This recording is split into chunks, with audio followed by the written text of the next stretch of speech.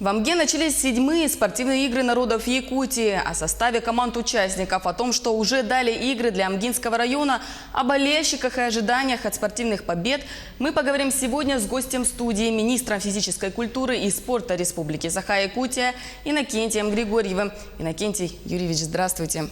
Здравствуйте. Вы лично поедете в Амгу следить и болеть за участников игр? Да, сразу сегодня поеду в Амгу. Конечно, я буду как организатор следить, все ли готово. Если какие-то нерешенные вопросы, ну, конечно, будет момент, я буду наслаждаться играми. Буду болеть за наших спортсменов. Расскажите немного про историю этих игр. Они проводятся в 7-й раз. Что изменилось, что новое появилось в этом году? Ну, на самом деле, история наших спортивных игр очень она глубокая, скажем, и широкая. Вроде бы кажется, это 7-е игры, но на самом деле это у нас по счету 29-е игры. Игры на самом деле у нас начались в 1932 году. Это были первые всеякутские спартакиады. Но они проводились всего 3 раза. Потом начали проводиться летние спартакиады народов республики. Ну и потом в 1956 году начали проводиться спартакиады народов Республики Саха-Якутия. И в 1996 году, после недолгого перерыва, у нас начались спортивные игры. Вот мы как бы сейчас ведем отсчет с 1996 года в Арагонцев Султанского улуса. Тогда игры были проведены первый раз под названием «Спортивные игры народов Республики Саха-Якутия». Они были посвящены столетию Олимпийских игр. Ну, я думаю, по настоянию, по просьбе ветеранов, которые просят, чтобы была восстановлена историческая справедливость по подсчету игр. Я думаю, мы должны к этому вопросу вернуться. Рассмотрим на коллегии министерства этот вопрос. Я думаю, они правы, потому что есть люди, которые принимали участие там, в 10-й спартакиаде, 9-й спартакиаде народов Якутии. Но эта историческая, как говорится, справедливость все-таки, наверное, должна быть восстановлена. Иннокентий Юрьевич, расскажите подробнее о составе участников, о спортсменах. И очень интересно узнать про дисциплины, которые представлены на играх. Так, ну, игры у нас пройдут по 16 видам спорта. Состав команд у нас очень большой, скажем. Приедут порядка около 3000 спортсменов и тренеров, которые будут представлять практически все наши улусы, за исключением Абыйского и Венобатандайского. И будут команда Якутской сельскохозяйственной академии и будут команда Саха-Якутского спортивного союза. Я думаю, у нас будет очень интересные баталии по всем нашим видам спорта, по игровым видам спорта, по легкой атлетике. Самое большое количество участников у нас будет по легкой атлетике, конечно же. Это королева спорта, это основа основ, основа любого вида спорта. Там будет у нас представлено около 400 спортсменов. А кто будет судить эти соревнования? Может быть, будут приезжие специалисты? Ну, соревнования, конечно, по праву будут судить наши лучшие судьи. Главный судья соревнований – это Альберт Иванович Трофимов. У нас как бы новшество, наверное, или какое-то новое веяние времени. У нас будут новые, как бы новые веяния, будут представлены новые технические делегаты по баскетболу. Это судьи из Москвы. Я думаю, они нам помогут и внесут что-то новое. И, может быть, мы начнем практиковать по приглашению судей уже из других регионов, ну, для объективного судейства, для повышения качества соревнований. А по поводу подготовки к играм, да, то есть Амгинский район, он очень долго готовился. И скажите, что вообще изменилось? Может, как-то преобразился сам район? Ну да, мы все прекрасно знаем, игры на самом деле должны были пройти в 2018 году. Но в связи с паводком игры были перенесены на этот год. Был у нас объявлен новый состав оргкомитета, возглавила Ольга Валерьевна Балапкина. Работает 17 рабочих комиссий оргкомитета. Все их возглавляют профильные министры. Значит, прекрасно знаем, что на каждом населенном пункте, где проводятся крупные комплексные мероприятия, строится спортивная инфраструктура. Идет развитие, социально-экономическое развитие улуса. Я думаю, в Амгинском улусе это тоже не обошлось стороной, поэтому мы там строим большие спортивные объекты. Так, уже введен, работает новый стадион Амма-Олимп, который был уже в прошлом году введен, новый многофункциональный спортивный комплекс. В этом году вводится 2 спортивных крупных объекта. Это в Чепчелкане и в селе Бетюн спортивные комплексы. Ну, кроме этого, будут у нас введены еще спортивные объекты, как ипподром.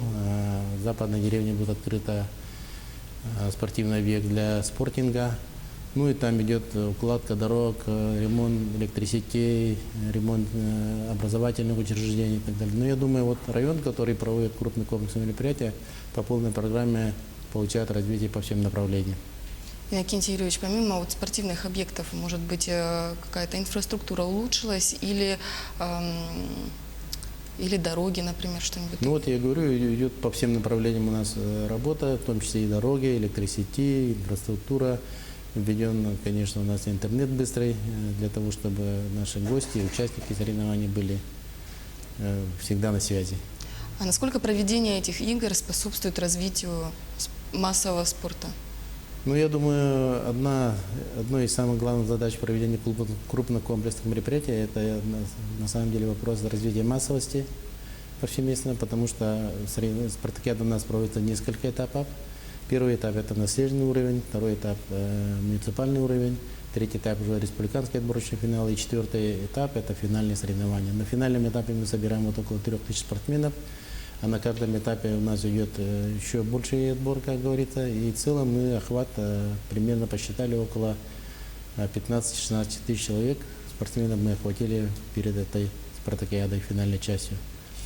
А как будут освещаться игры? Ну, игры будут освещаться у нас очень, наверное, широко. Большая команда ваших коллег средств массовой информации национальной вещательной компании «Саха» уже выехали в Амгу. 172 представителя массовой информации будут освещать эти события. Открытие и часть некоторых соревнований, наиболее интересных для зрителей, будут представлены в прямом эфире. Также будут у нас дневники игр.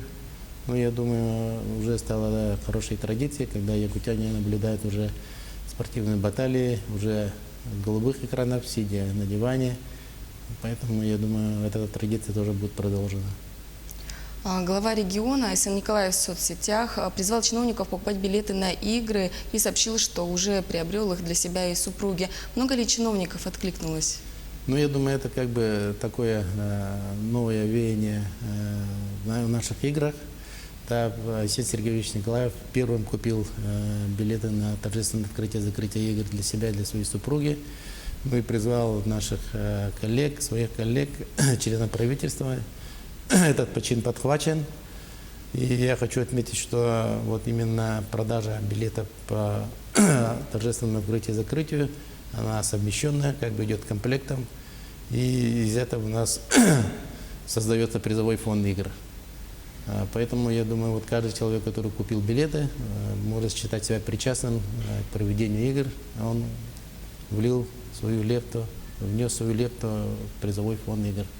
Ну, конечно, министру купили, я сам, например, тоже купил, мои коллеги купили, депутаты купили, Петр Васильевич Гоголев, председатель Госсобрания Альтамен, тоже купил, призвал своих коллег, поэтому я, пользуясь моментом, тоже приглашаю всех раскупить оставшиеся около 1000 билетов, которые сегодня уже остались. Они продаются в наших кассах везде, в крупных спортивных комплексах, театре оперы и балета и электронном портале Тесарус.